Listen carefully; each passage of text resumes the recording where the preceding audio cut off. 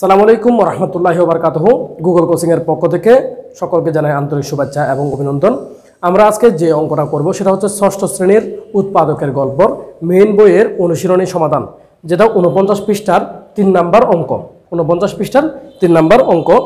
এখানে প্রশ্নে যেটা বলা হচ্ছে প্রথমে সেটা আমরা খেয়াল করব। 15 মিটার এবং 40 মিটার দৈর্ঘ্যের দুটি দড়ি আছে, মানে দুটি দড়ি দেওয়া আছে। একটা দড়ি 15 মিটার লম্বা আর একটা দড়ি 40 মিটার লম্বা। এই দুটি দড়িকে কেটে ছোট ছোট টুকরো করতে হবে। তার মানে এই দুটি দড়িকে আমি কেটে ছোট ছোট টুকরো করব। এই টুকরোগুলোর দৈর্ঘ্য 1 মিটার 2 মিটার 3 মিটার যা ইচ্ছা হতে পারে। তবে এরা একটা শর্ত দিছে, যেন দড়ির কোনো অংশ নষ্ট না হয়। মানে আমি যাই করি না কেন দড়ির কোনো অংশ নষ্ট হতে পারবে না।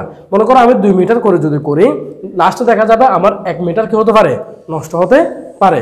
অথবা 3 মিটার করে যদি আমি করি 40 মিটার থেকে সেখানেও নষ্ট হতে পারে। কিন্তু শর্ত হচ্ছে কি, আমি যেভাবেই করি না কেন কোনো অংশ নষ্ট হতে পারবে না। আচ্ছা, এরপর ছোট ছোট টুকরার দৈর্ঘ্য সর্বোচ্চ কত হতে পারে? আমাদের একটা জিনিস খেয়াল রাখতে হবে, যদি সর্বোচ্চ থাকে সেক্ষেত্রে অবশ্যই গসাগু হবে। আর যদি সর্বনিম্ন থাকে অবশ্যই লসাগু হবে। তার মানে এই দুটো জিনিস যদি আমরা খেয়াল করি, সর্বোচ্চ এবং সর্বনিম্ন, তখন আমরা বুঝতে পারবো কি লসাগু করব নাকি গসাগু করব। তাহলে এখানে আমরা দেখতে পাচ্ছি সর্বোচ্চ লেখা আছে, তার মানে আমার অঙ্কটা কি হবে, গসাগু হবে। তার মানে আমি গসাগু করলে যে উত্তরটা বের হবে সে উত্তরটাই অনুযায়ী যদি আমি এই রশিগুলোকে টুকরো টুকরো করি, কোনো অংশ কি হবে না, নষ্ট হবে না, এবং সবগুলোই রশির পরিমাপ একই হবে। সেটা আমরা করার চেষ্টা করব। তাহলে আমরা লিখব 1540 এর গসাগু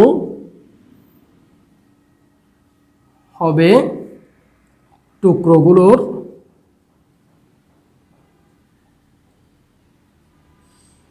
সমান দৈর্ঘ্য।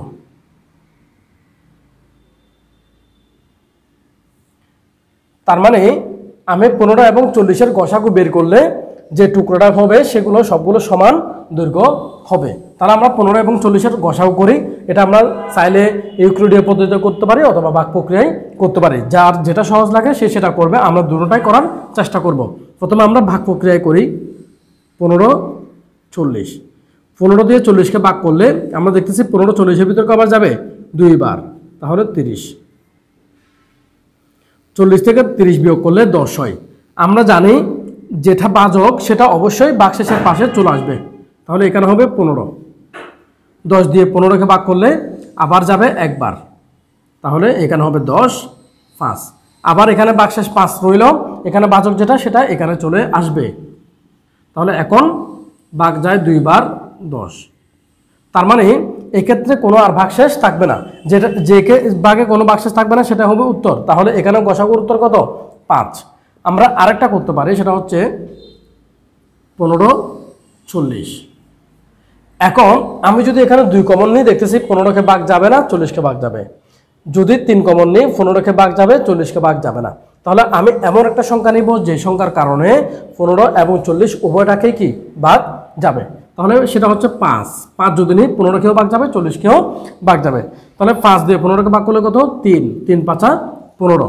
এরপর 5 দিয়ে 40কে ভাগ করলে কত, 8, 5 8 40। এখন দেখতেছি এখানে আর এমন কোনো সংখ্যা নাই যে সংখ্যা নিলে 3 এবং 8 উভয়টাকে ভাগ যাবে। তাহলে গসাগুর নিয়ম হচ্ছে উভয় সংখ্যাকে একই সংখ্যা দিয়ে ভাগ যেতে হবে। তাহলে এখানে উত্তর কত, 5। সুতরাং